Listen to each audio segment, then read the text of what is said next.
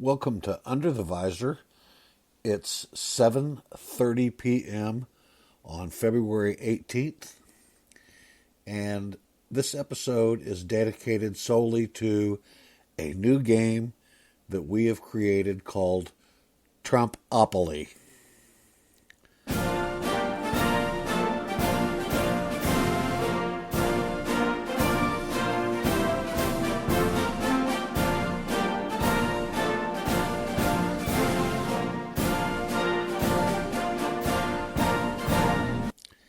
TRUMPOPOLY was invented because recently we just heard that in the regular game Monopoly that the iron and the thimble are being replaced, and they will be announced, new game pieces will be announced in March.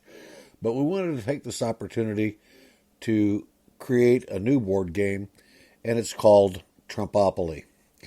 Here's the rules and how play would go. There are only 4 players.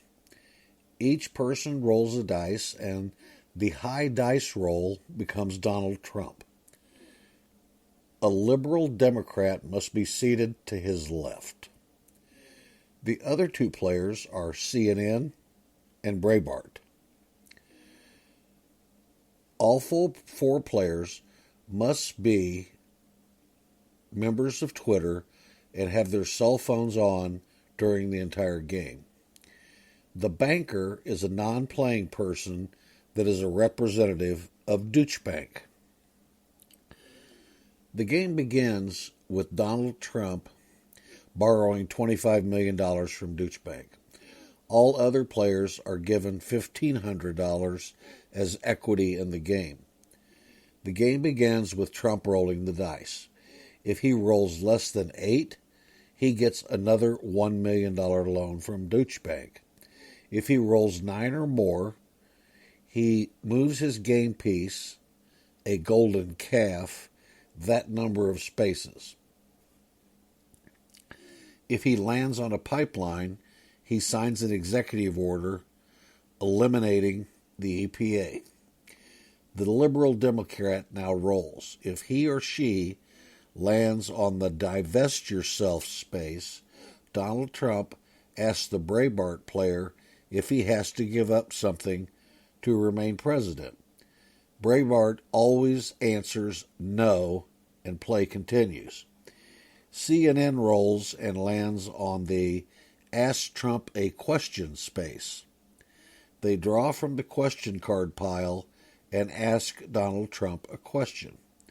He screams, "Fake news," and slaps the CNN player.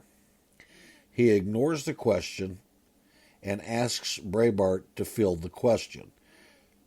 Breitbart rolls next. Breitbart continues to roll until it lands on a solid white space. Should Breitbart land on the Star of David space or Black Lives Matter space, they declare a 2-state Palestinian-Israeli settlement or deny the existence of Black Lives Matter and move to the next white space and receive an additional $500 from each player except from Donald Trump. It is now Donald Trump's turn again. Before rolling, he buys a hotel, borrows another $25 million from Deutsche Bank to pay for it. The $25 million in debt goes to his campaign fund. The liberal Democrat rolls again and lands on the Affordable Care Act space. Breitbart laughs. Trump tears the card up, and CNN reports it. CNN now rolls and lands on the Total Truth space. They tell all players that Donald must release his tax returns. Trump declares that he is under audit and sells his hotel to Saudi Arabia. Trump receives a text from Paul Ryan saying that this is unconstitutional. Trump then blocks Paul Ryan's phone number, and he has his sons sell the hotel for him, with the proceeds going into his campaign fund. CNN reports the illegal transaction, and Trump declares Chapter 13 bankruptcy, which stops Deutsche Bank from collecting on his loans.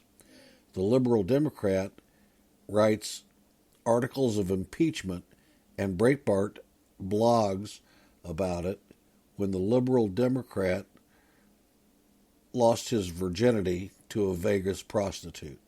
CNN reports the blog. Trump turns the board over, steals all of the cash. The game now ends, and Trump holds a joint rally with Vladimir Putin, producing Hillary's missing emails. CNN reports, and Breitbart goes to work for Donald Trump. The Ninth Circuit rules that releasing Hillary's emails violates the First Amendment, and Trump blames CNN. Melania refuses to move to the White House, divorces Donald, and gets 50% of his assets, which totals $38. Trump Tower is purchased by George Soros. Trump is impeached, Mike Pence resigns, Paul Ryan becomes president, and issues an executive order declaring Trumpopoly illegal as it is harmful to the national interests. Trump tweets his hatred for Trumpopoly, calling it unfair and not winnable. It is not winnable.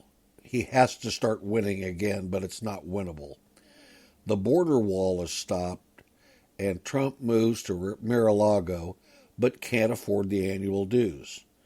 Rex Tillerson pays his dues and returns to ExxonMobil. Now, ladies and gentlemen, that is Trumpopoly. So, now, a word from the man himself. Mr. Trump, South Carolina Governor Nikki Haley, in her response to the State of the Union address,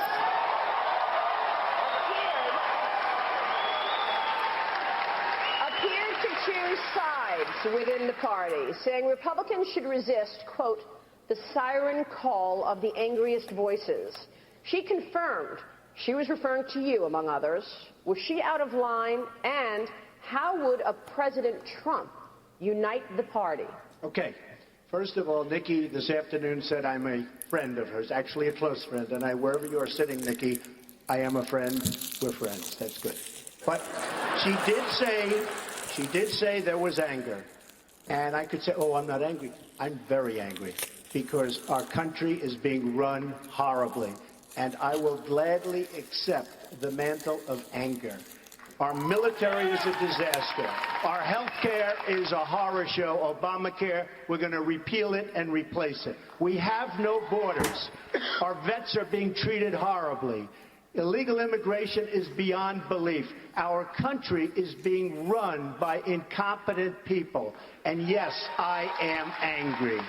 And I won't be angry when we fix it. But until we fix it, I'm very, very angry. And I say that to Nikki. So when Nikki said that, I wasn't offended. She said the truth. One of your colleagues interviewed me and said, well, she said you were angry. And I said to myself, she's right. I'm not fighting that. I didn't find it offensive at all. I'm angry because our country is a mess. Well,